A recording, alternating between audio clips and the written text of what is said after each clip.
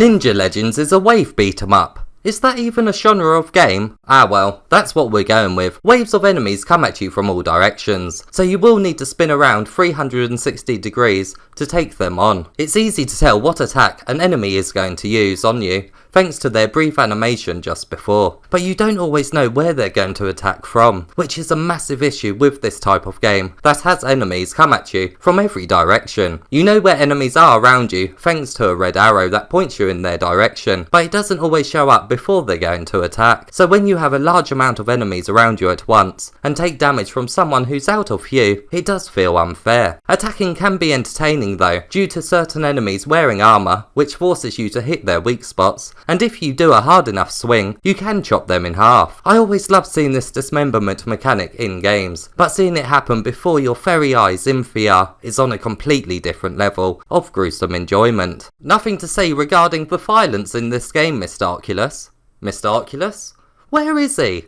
This is extremely odd. He's never normally late for one of his shows. You can block their attacks by holding your weapon still, but doing this rarely has that much of an impact on the actual enemy's movement. A blue spark is seen that lets you know that your block was successful, but for lack of an enemy animation that shows them being forced backwards from the collision is very missed. If you have played Vader Immortal, the lack of a massive response from enemies after you block their attack here will only be intensified. Enemies can also throw projectiles at you, and sometimes they are thrown in a series. It feels very cool to deflect each one, as your timing has to be spot on, and some you can even hit back to the enemy. It's this type of flow that I wish was present throughout the entire game, but even with these dangers being thrown at you, it can still break the game's overall momentum, like when another person attacks you at the same time. It's simply too chaotic. Sometimes it is easier just to frantically wave one hand around whilst holding the other one still to defend, which makes you focus on the game's actual inner workings more, rather than feeling completely immersed in this ninja role. That's not to say there isn't some brilliant fights to be had here though, where the timing of enemy attacks are in sync with one another,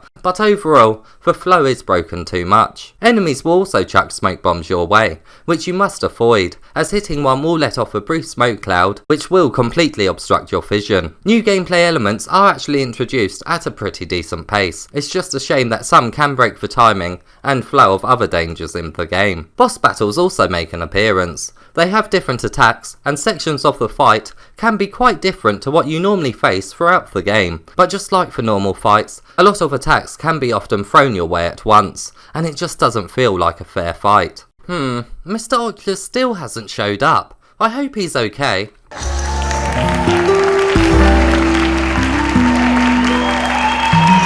There is 6 main weapons to use in the game, which unlock as you progress through the 18 missions. Some missions take place on a frozen lake, and some in some bamboo fields. There is a great contrast of colours from location to location. The first weapon types are swords. These really are the most fun weapons in the game, as they allow you to be very precise when it comes to the dismemberment. They're also a great length too, which allows you to reach out to enemies slightly further, especially if you're playing in a small play area. The staffs are two-handed weapons, and gameplay wise, it's more fair than the other weapons, simply because you can't cheat with them, as you can't attack with one hand and constantly block with another, although sometimes it would still block attacks when I didn't intend it to. The problem with these two-handed weapons is that for later stages have many attacks coming your way at once, so you don't really have time to block and attack with them. It would have been much better to have had stages designed specifically for the staffs. And the final weapon type is fist weapons. The claws are similar to the ones found on Wolverine, so shredding through loads of enemies does feel quite cool, but the dismemberment fun is slightly lost here,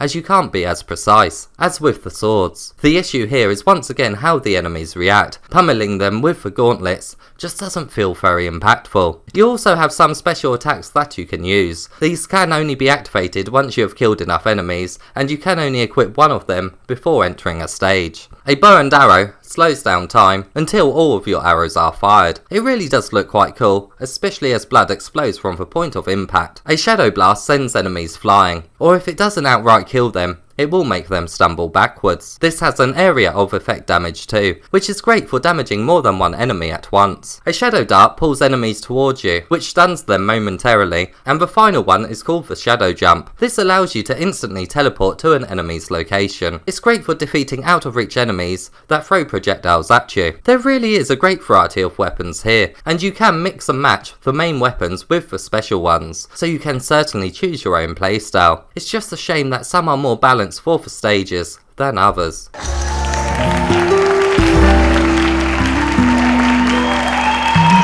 There is 4 different difficulties that you can play each level on, but on normal, it can get very hard in the later stages, and your deaths can feel completely unfair because of all the attacks coming your way. Even if you do turn it down to easy, it's a bit of a struggle to get through towards the end of the game. There is some other game modes here too. An endless mode is basically exactly what you'd expect it to be, and you can play this on any of the 18 locations, which is very welcomed. There is also a challenge mode. A new level is presented every so often with a new set of rules, such as only being able to use one sword. It's a great little addition that gives you a reason to return to the game, as there is online leaderboards attached to it. In fact, there is online leaderboards attached to the other modes of the game too, so if you are the competitive type, there is always something to aim towards. There is also some achievements to earn too, which can be found in the secrets section. The cool thing about these is that if you complete one, it will unlock a comical modifier, like a big head mode. Some of these achievements requirements are explained a lot more than others though, so it may be a little bit tricky to unlock every single one. Well, Mr Oculus must have got stage fright or something. I suppose he does get a bit queasy around blood.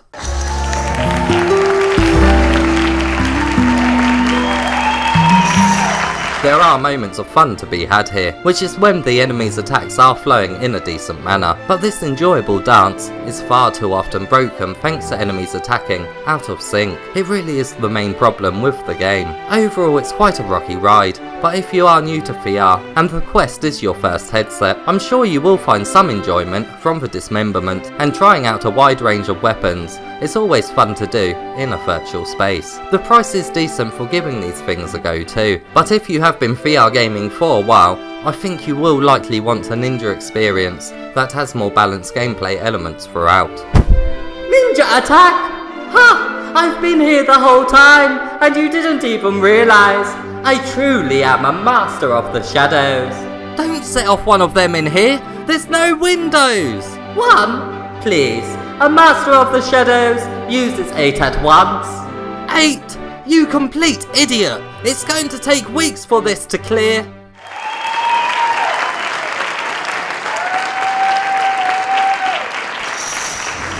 Mr. Oculus.